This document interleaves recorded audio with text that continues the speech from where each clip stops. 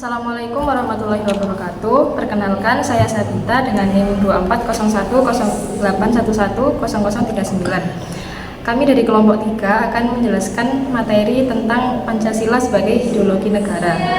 Langsung saja kepada pemateri pertama. Saya punya Nisa Harini sebagai pemateri 1 dengan NIM 240108110042. Saya akan menjelaskan tentang konsep ideologi. Istilah ideologi terdiri dari dua kata, diambil dari bahasa Yunani yakni logos dan ide.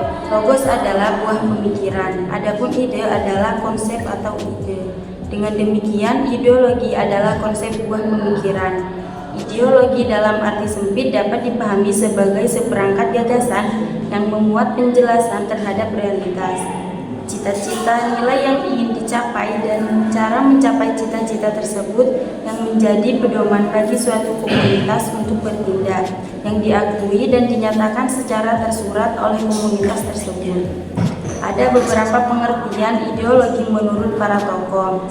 Yang pertama, Sastra Prateja, yaitu ideologi adalah seperangkat gagasan atau pemikiran yang berorientasi pada tindakan dan diorganisir menjadi suatu sistem yang teratur.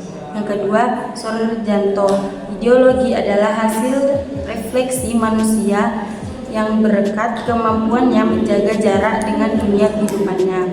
Yang ketiga, Mubiarto, ideologi adalah sejumlah doktrin, kepercayaan, dan simbol-simbol sekelompok masyarakat suatu bangsa yang menjadi pegangan dan pedoman kerja atau perjuangan untuk mencapai tujuan masyarakat atau bangsa itu. Yang keempat, Martin Seligger, ideologi sebagai sistem kepercayaan. Yang kelima, Alvin Goldner, ideologi sebagai proyek nasional. Yang terakhir, Paul Hirsch, ideologi sebagai relasi sosial. Ideologi Pancasila adalah konsep sebuah pemikiran.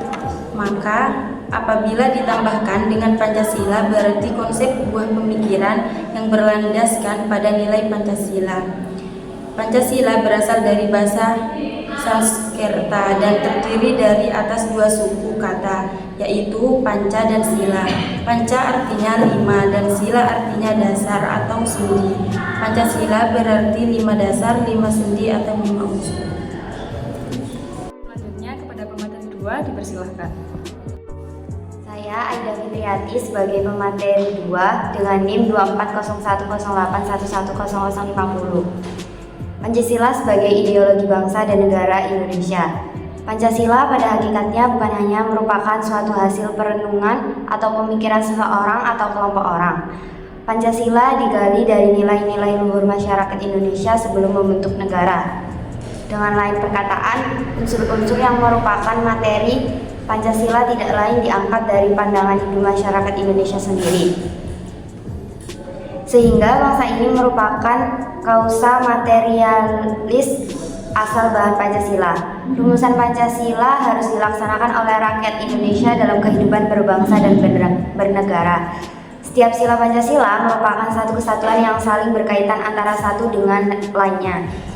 Dalam konteks ideologi negara, Pancasila dapat dimaknai sebagai sistem kehidupan nasional yang meliputi aspek politik, ekonomi, sosial, budaya, dan pertahanan keamanan dalam rangka pencapaian cita-cita dan tujuan bangsa yang berlandasan dasar negara.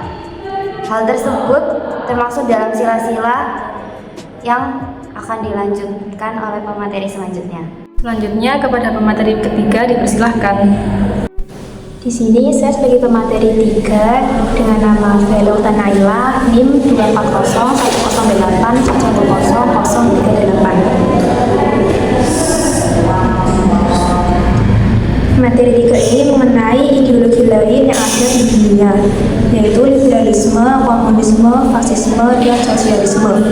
Di dunia ini terdapat beberapa ideologi besar dengan karakteristik tertentu.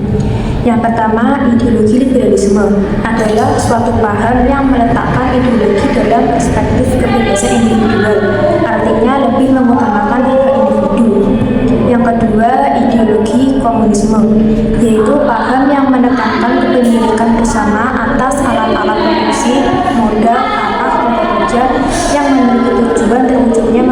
yang makmur, masyarakat komunis tanpa kelas dan semua orang sama. Yang ketiga, ideologi fasisme, yaitu ideologi nasionalis otoriter politik. Fasis berusaha untuk mengatur bangsa menurut perspektif korporatis, nilai, dan sistem, termasuk sistem politik dan ekonomi.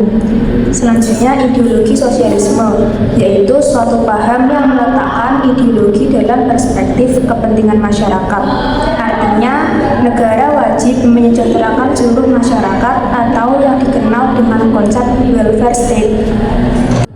Perkenalkan, nama saya Ahmad Baris Tukaro, NIM saya 40108110049. Yang pertama adalah sila pertama, yaitu ketuhanan yang Maha Esa.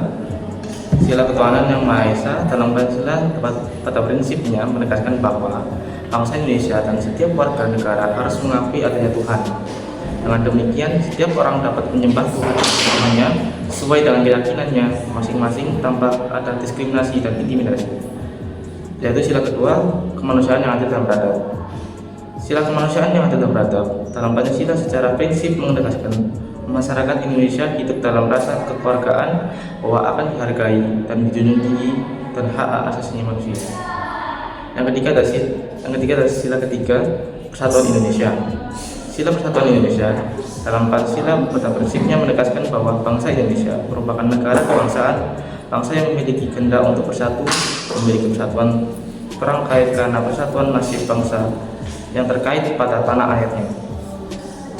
Yang keempat adalah sila keempat, kerakyatan yang dipimpin oleh hikmat kebijaksanaan dalam bermusyawarah dan perwakilan. Dalam Pancasila pada prinsipnya menegaskan bahwa bangsa Indonesia akan terus memelihara dan mengembangkan semangatnya bermusyawarah untuk mencapai mufakat dalam perwakilan. Yang kelima adalah sila kelima, keadilan sosial bagi seluruh rakyat Indonesia. Dalam Pancasila pada prinsipnya menegaskan bahwa sayangnya tidak akan ada kemiskinan dalam Indonesia yang merdeka. Bangsa Indonesia bukan hanya memiliki demokrasi politik, tetapi juga demokrasi ekonomi. Untuk selanjutnya, kepada pemateri terakhir dipersilahkan. Saya Latifatul Nida Aulia, NIM 240108110044 akan menjelaskan tentang tantangan yang dihadapi Pancasila sebagai ideologi bangsa dan negara dalam menghadapi ideologi lainnya, di antaranya yang pertama, globalisasi dan modernisasi. Arus informasi dan budaya asing yang deras dapat menggerus nilai-nilai Pancasila. Yang kedua, radikalisme dan intoleransi. Munculnya kelompok-kelompok radikal yang menganut ideologi anti-Pancasila dapat membahayakan keutuhan bangsa. Yang ketiga, perubahan sosial, ekonomi, budaya, atau perkembangan global. Perubahan-perubahan ini dapat mengancam ideologi Pancasila. Yang keempat, korupsi, kolusi, dan nepotisme atau KKN. Tantangan ini masih terus terjadi di negara Indonesia. Yang kelima, pengamalan nilai-nilai Pancasila yang dipertanyakan, terutama pada sila kelima, yaitu keadilan sosial bagi seluruh rakyat Indonesia. Tantangan lain yang dihadapi Pancasila adalah persaingan ideologis, konflik agama atau etnis, teknologi dan media sosial, revolusi atau pergolakan sosial, ekonomi dan kesenjangan sosial. Untuk mempertahankan dan menanamkan Pancasila kepada seluruh rakyat Indonesia, pemerintah dapat mengadakan kurikulum khusus untuk memupuk dan menambahkan nilai Pancasila pada generasi muda. Terima kasih kepada pemateri. Mungkin cukup sekian dari kelompok kami. Kurang lebihnya mohon maaf. Wassalamualaikum warahmatullahi wabarakatuh.